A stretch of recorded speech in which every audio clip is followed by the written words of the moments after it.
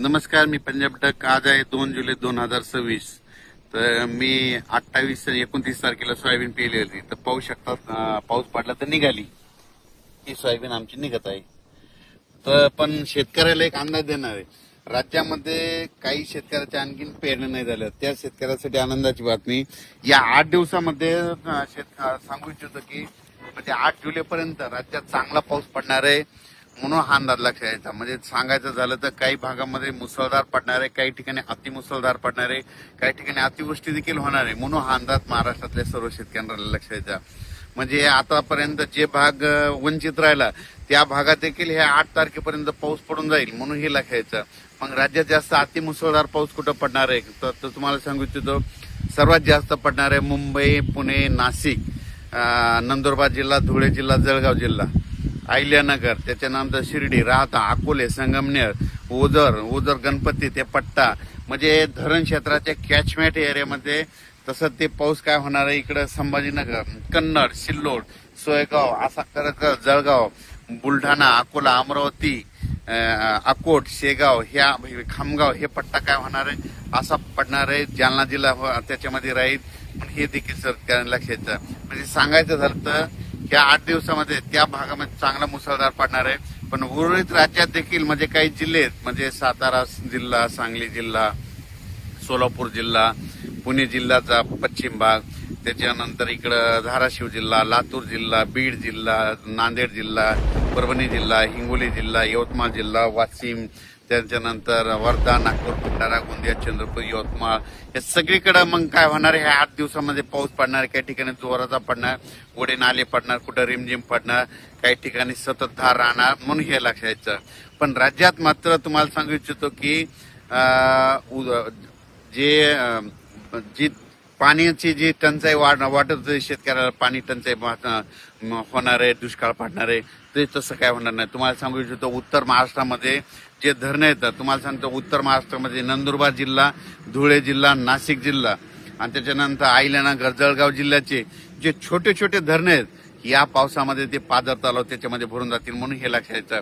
पण त्या व्यतिरिक्त तुम्हाला सांगू इच्छितो, निळवंडे धरण झालं, भंडारा धरा, त्याच्यानंतर गंगापूरचं धरण झालं. काय होणार आहे, इकडं उत्तर महाराष्ट्राकडे पाऊस पडणार आहे, गोदावरीला, नाशिककडे पूर येणार आहे, त्याच्यामुळे ते पाणी काय होणार आहे ह्या धरणामध्ये येणार आहे.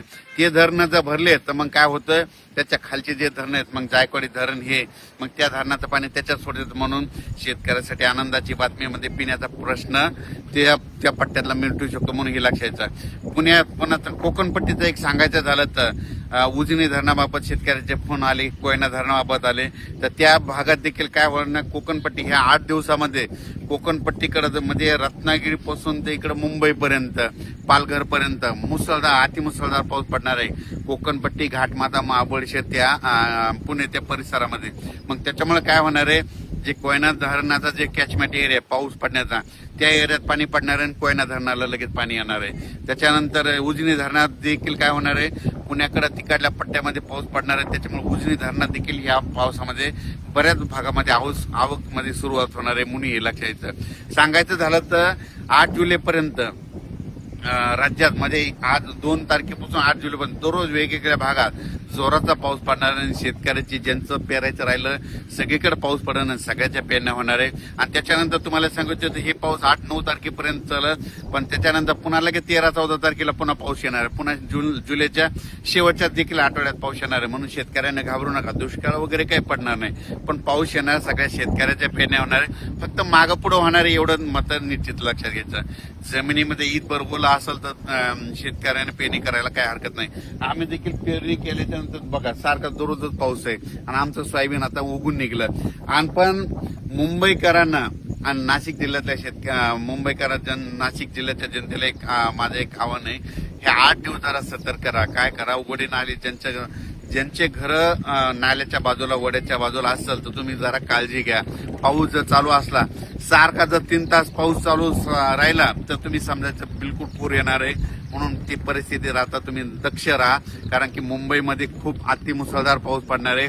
मुंबईपेक्षा जास्त नाशिकच्या म्हणजे दिंडोरी आणि आपलं दिंडोरी आणि इकडे गुजरातचा परिसर, नंदुरबार जिल्हा, धुळे जिल्हा, नाशिक, निपाड, ह्या येवला सगळीकडे जवळपास चांगला जोराचा पाऊस पडणार आहे. अहिल्यानगर पडणार आहे. ते पाऊस परत काय होईल इकडं अहिल्यानगर करत इकडे कडाष्टी बीडकर देखील येणार आहे. पाथर्डीकर पडणार आहे. तिकडे जर पडलं तर परत तिकडे एका दिवस त्या नदीला पाथर्डीच्या तिकडल्या देखील पूर येऊ शकतो. म्हणून त्या पाथर्डीकरल्या शेतकऱ्यांनी लक्षात घ्यायचं. कारण की कमी वेळेत जास्त पाऊस पडला तर तुम्हाला सांगू इच्छितो पूर येण्याचं लक्षण कसं असतं तर 1 घंटा जर पाऊस पडला सारखा की समजायचं नदीला थोडाफार पूर येणार आहे. पण पाऊस 2 घंटे पडला तर समजायचं आता धोक्याची पातळी होणार. आणि 3 तास सारखा सलग पाऊस पडला की 100% नदीला पूर येणार. हे गणित सगळ्या शेतकऱ्यांना लक्षात यायचं.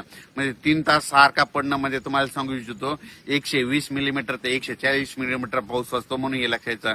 मुंबईकरांना एक सांगितलं होतं मागच्या अंदाजामध्ये 20 जूनलाच म्हणलं होतं की मुंबईला म्हणजे 1 जुलै ते 11 जुलैच्या दरम्यान जवळपास 1100 ते 1200 मिलीमीटर त्या 8 दिवसामध्ये पाऊस होईल म्हणून मागच्या अंदाजामध्ये सांगितलं होतं. आणि त्याच्यामध्ये ते मुंबईचं ते पाणी पिण्याचं ते धरण आहे ते देखील भरलं. म्हणून मुंबईकरांची ताण भागवणार ते धरण भरलं. पण त्याच्या व्यतिरिक्त आता इगतपुरी त्या उत्तर महाराष्ट्राकडे पाऊस पडणार आहे. त्याच्यामुळे बऱ्याच कॅचमेट एरियात त्या धरणाला पाणी येणार आहे. म्हणून ही सर्वप्रथम आनंदाची बातमी.